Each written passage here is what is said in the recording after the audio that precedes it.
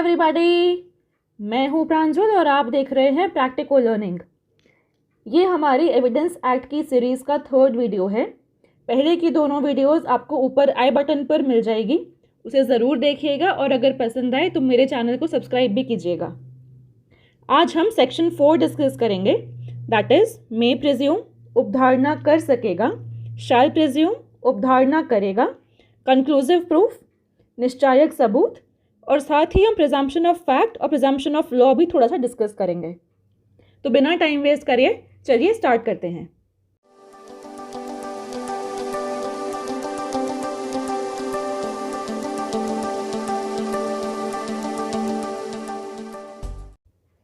सबसे पहले आता है मे presume.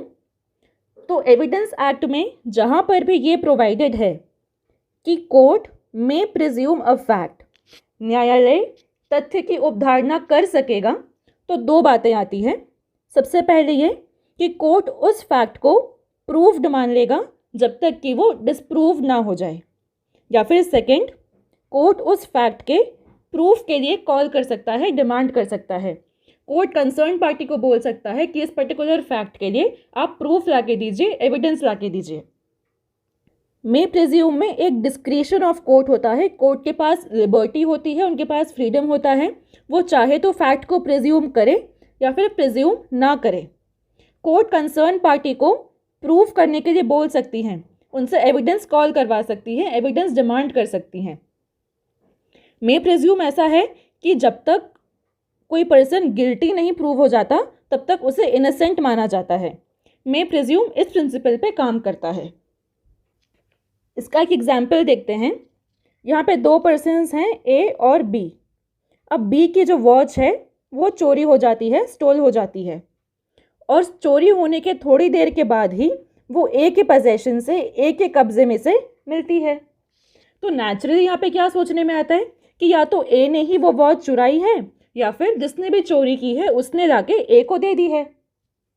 Section 114A of Indian Evidence act भी यही बात करता है।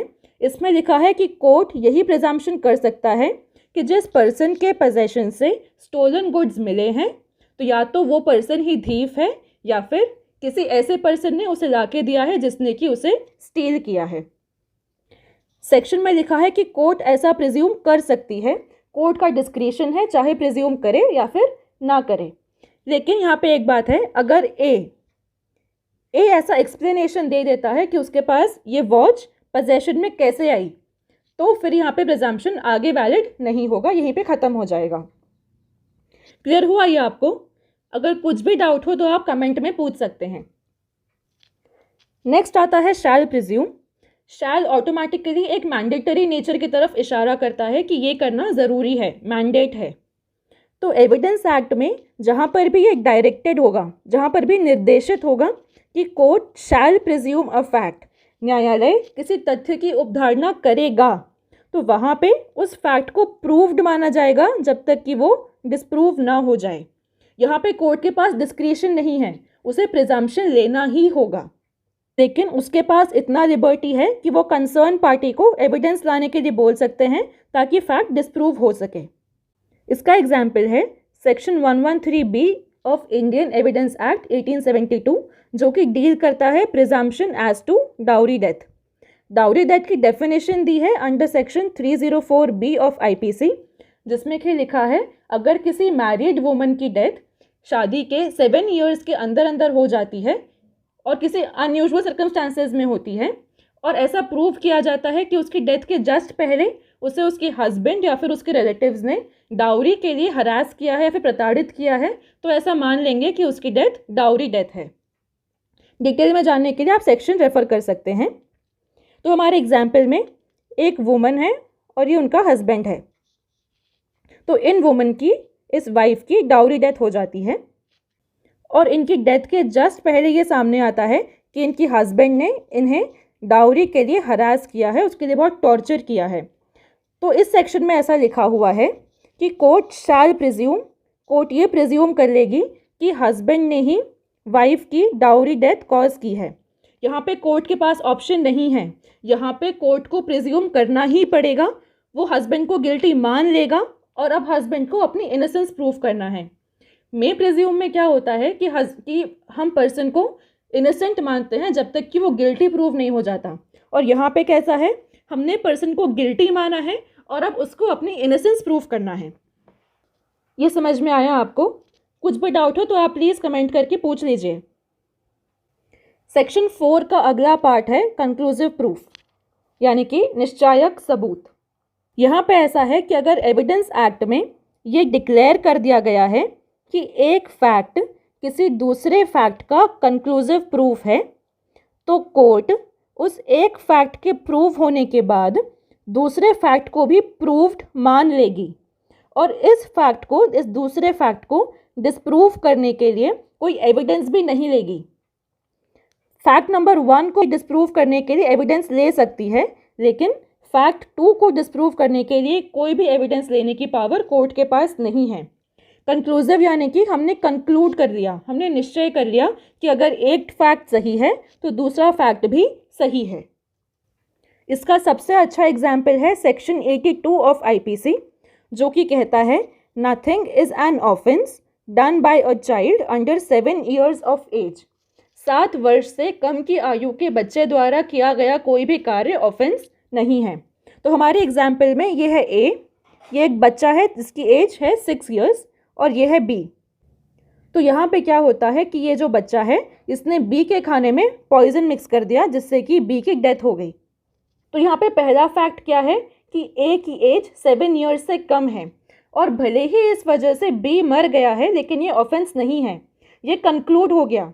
यहाँ पर चाइल्ड की एज 7 years से कम होना ही ये कंक्लूसिव प्रूफ है कि उसने ऑफेंस नहीं किया। ये क्लियर हुआ है आपको?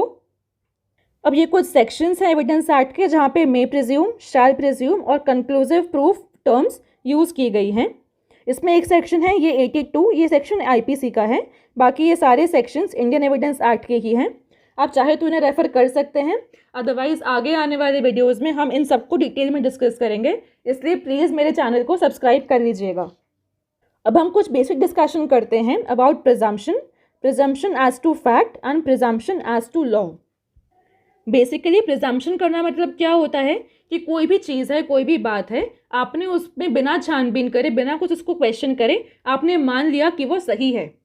आपके सामने जो भी बात आई आपने अज्यूम कर लिया, आपने ऐसा अनुमान कर लिया कि वो बात सही है। अब प्रिजम्पशंस होते हैं 2 टाइप के, presumption of fact and presumption of law. तो प्रिजम्पशन ऑफ फैक्ट लॉजिक पे बेस्ड होता है, उसमें एक ह्यूमन नेचर इन्वॉल्व होता है, और बेसिकली वो डिस्क्रिशनरी होता है कि आपको ये ऐसा प्रिजम्पशन करना है या फिर ऐसा प्रिजम्पशन नहीं करना है। इसका एग्जाम्पल है section 114 of Indian Evidence Act. Presumption of fact generally rebuttable होते हैं।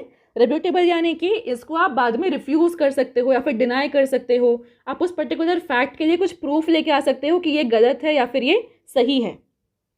एक होता है presumption as to law, presumption of law. तो ये प्रोविजंस ऑफ लॉ के ऊपर बेस्ड है, लॉ में जो लिखा है आपको वो प्रिज्यूम करना है, और ये एक थोड़ा सा मैंडेटरी नेचर का होता है क्योंकि लीगल प्रोविजंस में लिखा है तो जनरली एक्सपेक्टेड किया जाता है कि लीगल प्रोविजंस आप फॉलो करेंगे। ये 2 टाइप के हो सकते हैं, दे कैन बी रेब्यूटेबल और इरेब्यूटेबल, डिपेंड करता है कि क्या प्रिजम्पशन आप ले रहे हैं। तो फॉर एग्जाम्पल हमने भी देखा था प्रिजम्पशन 82 IPC वाला, दैट इज़ एन इरेब्यूटेबल प्रिजम्पशन। उसके लिए आप कुछ अगेंस्ट में नहीं लेके आ सकते हैं, आप उसको रिफ्यूज़ नहीं कर सकते हैं।